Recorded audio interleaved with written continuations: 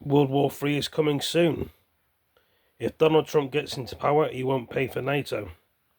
He won't pay for Ukraine. Russia will take over more of Ukraine.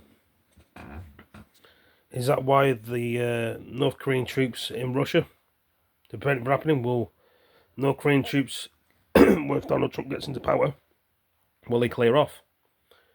And what will happen? Ukraine want their land back, and they're not going to get it back, are they? Two things: World War III in 10 years, 2028 to 2030. Tell me what you think about this video. More people going to fight on Ukraine's side? Will the war keep going on? I mean, the woman's not getting to the president, is she? Kamala Harris, is it, or something? Or Kamala? Whatever her name is. Joe Biden's backing down. Will Keir Starmer still keep giving aid to Ukraine? Richie Sunak did. Yeah, it could do. We'll have all these things we've had in history: Gordon Brown, Tony Blair, Margaret Thatcher in the UK. I'm talking about all these prime ministers. Bush in America, Obama. I've had all them as well. They probably had more people there, we don't know.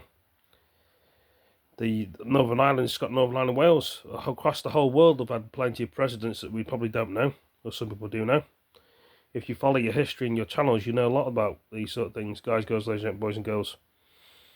But we'll have to just wait and see until January if Donald Trump gets in. He's had 2 attempts of someone trying to kill him. And will there be a third attempt? I don't know. But, you know, people do anything over politics. People do anything over people because they get jealous of other people. And doesn't make it right, though, does it?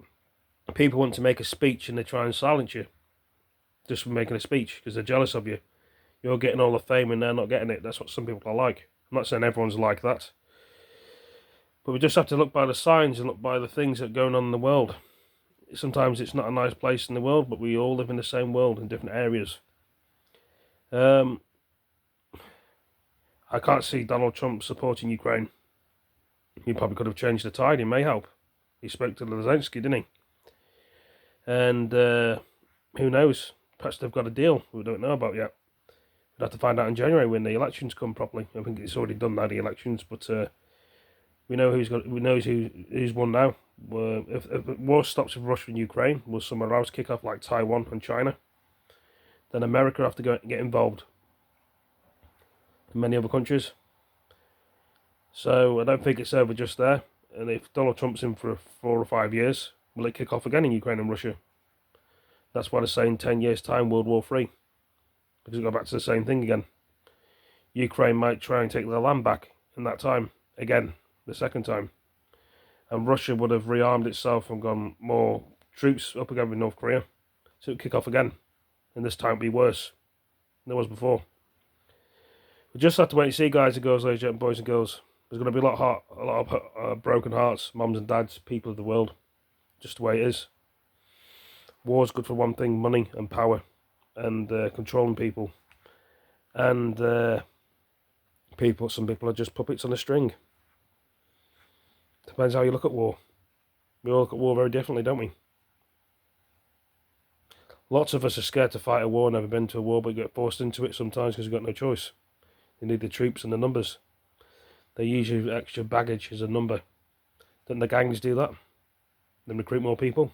Recycling? Do the gangs have sympathy for their loved ones and their soldiers? Does the army have sympathy for their comrades and their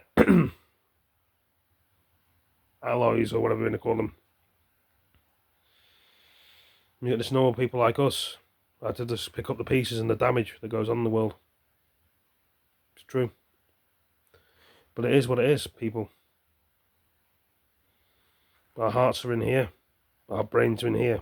What does our brain tell us? What does our heart tell us? We should move on or stay. We should fight or should we lose? We just have to figure out what's going on. Some of us probably don't know yet until the time's too late. So, but like I say, things do move on. Every year, every day, and every minute. of this world that we're living in. Like I can really say in this video, we're just going to get ready, prepared. The UK could be next on the list to say who's going to back us. NATO, Germany, France.